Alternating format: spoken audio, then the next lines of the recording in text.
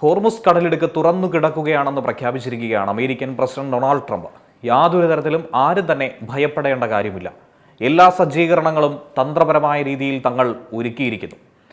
ഈ ജലപാതയിലെ നാവിക മൈനുകൾ അതുതന്നെയായിരുന്നു ഏറെ കപ്പലുകൾക്ക് ഭീഷണിയായിട്ടുള്ളത്.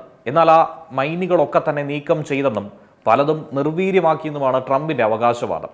ട്രൂത്ത് സോഷ്യലിലൂടെ ആയിരുന്നു ട്രംപ് ഇങ്ങനെ ഒരു പ്രഖ്യാപനം നടത്തിയത്. നിലവിൽ ഇറാനുമായി യാതൊരു ചർച്ചയോ ആശയവിനിമയോ നടക്കുന്നില്ല. ഹോർമുസ് കടലിടുക്ക് തുറന്നു തന്നെ കിടക്കുകയാണെന്ന് ട്രംപ് പറയുകയാണ്.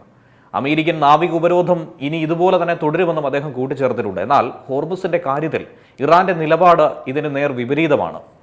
അമേരിക്ക ജൂണിലെ ഇടക്കാല ധാരണയിലെ വ്യവസ്ഥകൾ പാലിക്കുന്നതുവരെ കപ്പൽ ഗതാഗതത്തിന് നിയന്ത്രണം തുടരുമെന്നാണ് Iranian parliament speaker Mohammad Bagher ഖലിബാഫിന്റെ നിലപാട്.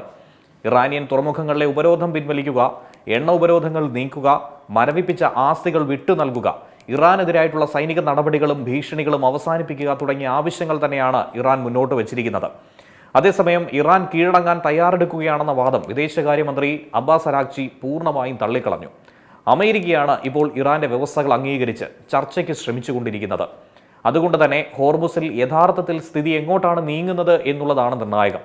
അമേരിക്ക കടലിടുക്ക് തുറന്നതായി പറയുമ്പോൾ ഇറാൻ നിയന്ത്രണം തുടരുമെന്ന് വ്യക്തമാക്കുന്നു. വാക്കുകൾ കടുക്കുന്നതിനൊപ്പം ഹോർമുസിലെ സൈനിക വാണിജ്യ നീക്കങ്ങളും വരും ദിവസങ്ങളിൽ നിർണായകമായി തന്നെ മാറുമെന്ന കാര്യത്തിൽ സംശയമില്ല. ഏറ്റവും പുതിയ വാർത്തകളും വിശേഷങ്ങളും വിരൽ തുമ്പിലറിയാൻ സീ മലയാളം ന്യൂസ് എല്ലാ ഡിജിറ്റൽ പ്ലാറ്റ്ഫോമുകളിലും ലഭ്യം.